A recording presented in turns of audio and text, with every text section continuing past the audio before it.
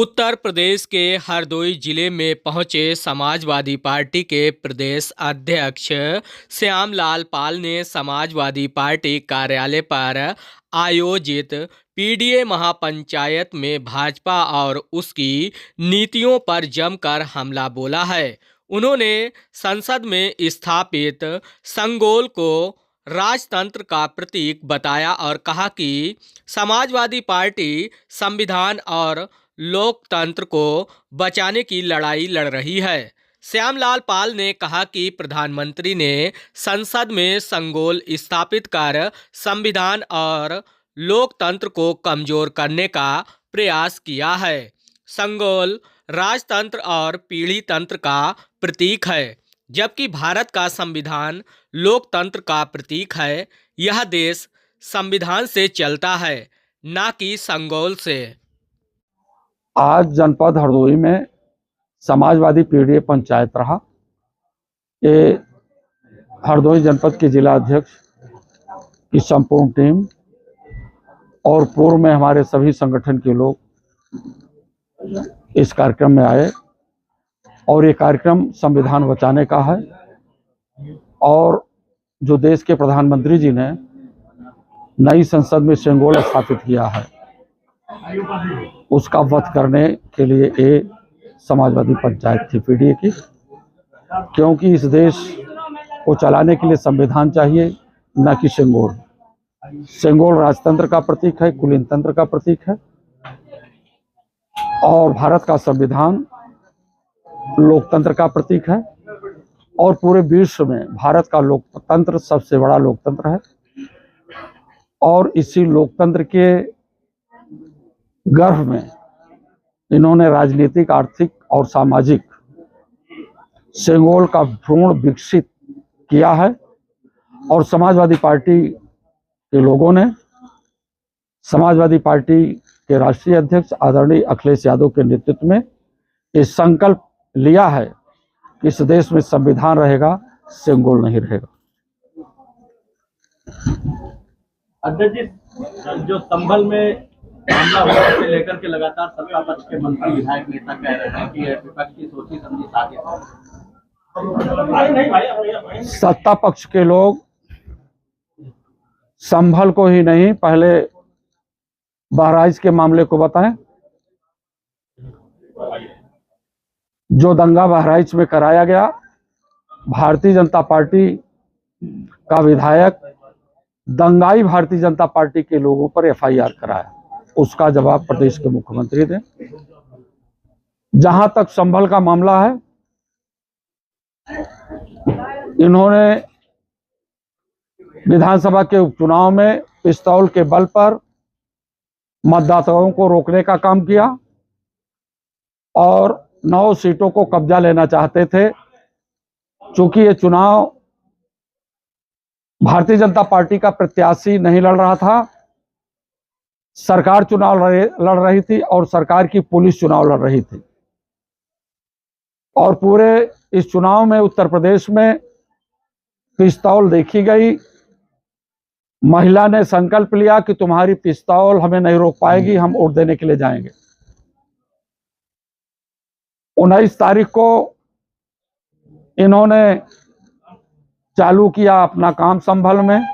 20 तारीख को वोट थी, 21-22 तक सोते रहे और जिस दिन बेईमानी का रिजल्ट का खुलासा समाजवादी पार्टी के राष्ट्रीय अध्यक्ष जी ने किया, उसी दिन इन्होंने संभल में दंगा कराया।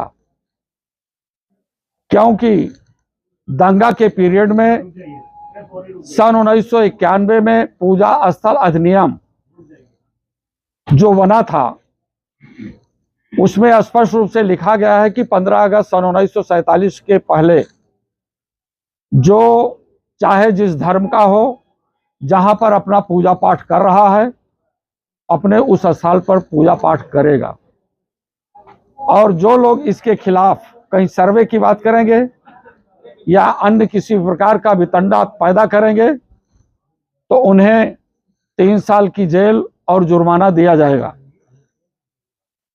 और संविधान इस बात की गवाही देता है और मैं उम्मीद करता हूं कि आने वाले दिनों में जब इस देश की सत्ता बदलेगी, प्रदेश की सत्ता बदलेगी, संविधान के खिलाफ काम करने वालों को जेल में रखा जाएगा।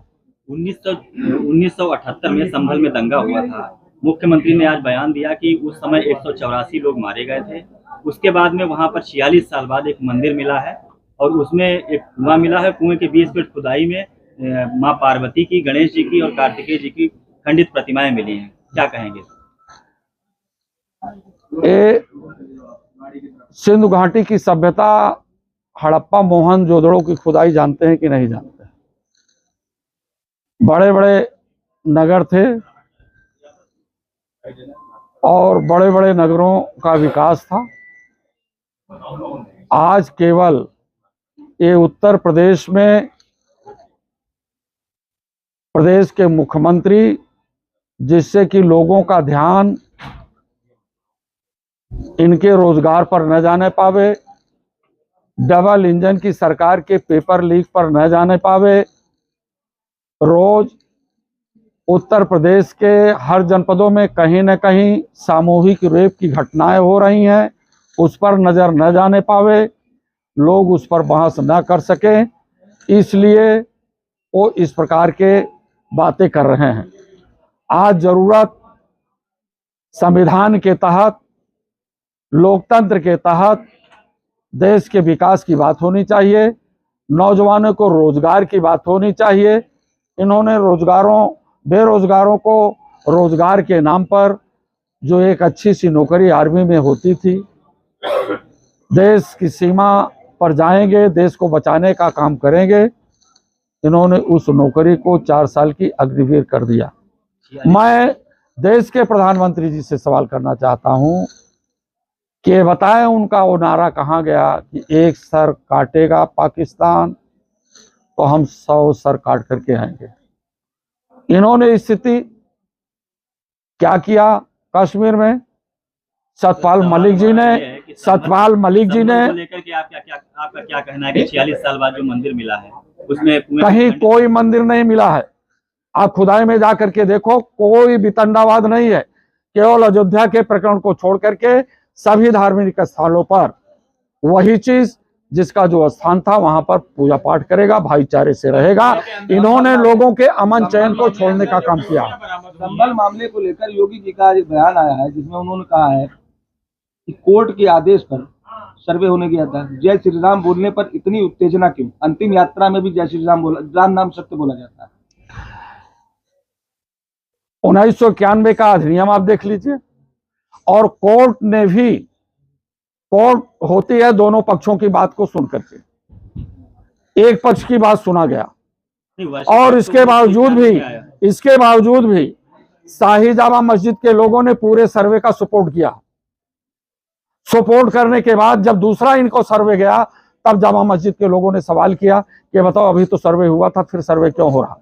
उस पर इनको नहीं, इस पर इनको कोई संवेदना, इन पर इनको कोई संवेदना नहीं है कि 5 नौजवान बच्चे जो है मारे गए पुलिस के द्वारा, इस पर कोई संवेदना नहीं है। हिंदू मुस्लिम की संवेदना है। हम तो कहते हैं कि इस देश में न तो हिंदू खतरे में है और न तो मुसलमान खतरे में है। खतरे में है तो इस देश का वो बेरोजगार खतरे में है, हमारी वो बलात्कार करने वाली महिलाएं खतरे में है, हमारे वो BC SC ST के लोग खतरे में, जिनका आरक्षण छीना जा रहा है। इस देश में न तो मुसलमान खतरे में है, न तो हिंदू खतरे में है। खतरे में है तो शोषित वंचित समाज के लोग खतरे में है। इस बात की आवाज, इस बात का कार्य प्रदेश के मुख्यमंत्री जी को करना चाहिए और देश के प्रधानमंत्री का। 184 लोग दंगे में मारे गए थे और इन जो विपक्षी दल हैं, चाहे समाजवादी पार्टी हो, इनका जो है प्रयास ये है कि बांटो, इसीलिए हमने कहा बंटोगे तो कटोगे। बांटने का काम कौन किया? बांटने का काम कौन किया? मनु जी ने किया। योगी जी बताएं कि छत्री कैसे हो गए? ब्राह्मण, क्षत्रिय, वैश्य, शूद्र को ये मानो एक जाति है, उस जाति को बांटने का काम कौन किया? ये RSS और भारतीय जनता पार्टी के लोग ही बांटने और काटने का काम कर रहे हैं। सर, मनु को लेकर के आप बात कर रहे हैं, RSS को लेकर के आप बात कर रहे हैं, मंदिर पर फिर आ जाते हैं। मंदिर की जो मूर्तियां कुएं से बरामद हुई है उसको लेकर के सपा का क्या स्टैंड है, एक- क्या कहेंगे? आपको एक बात बता दें, हम लोग भी राम के भक्त हैं और राम के भक्त के लोगों ने अयोध्या में दिखा दिया कि हम भगवान को लाए हैं, हमको वोट दे दो, प्रधानमंत्री बना दो। तो राम भक्त के लोगों ने समाजवाद इस देश में चले, बाबा साहब अंबेडकर का संविधान चले इस देश में, इसलिए अयोध्या के लोगों से पूरे उत्तर प्रदेश की जनता और देश की जनता सीख ले रही है कि देश संविधान से चलता है। भगवान सबके हितैषी हैं, सबके दुख सुख के सहभागी हैं।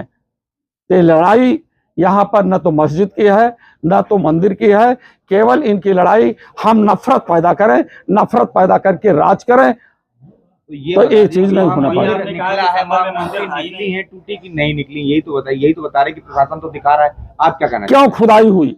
कुछ नहीं निकला है वहां पर। वहां पर कुछ न हिंदू का स्थल है न तो मुसलमान का स्थल है। भारत एक धर्मनिरपेक्ष राज्य है, धर्मनिरपेक्षता का आधार पर यहाँ शासन होना चाहिए।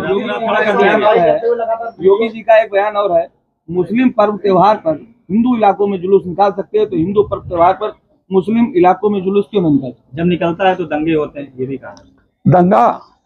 दंगा ये समझ लें, जिन कांवरियों पर इन्होंने फूल बरसाया उसका उदाहरण ले ले दंगे में। माघ मेला का आयोजन बहुत धूमधाम से प्रचार हो रहा है, कितने दंगे कराते हैं। ये दंगाई लोग हैं, ये दंगा कराने वाले लोग हैं, इनके बारे में और कुछ नहीं।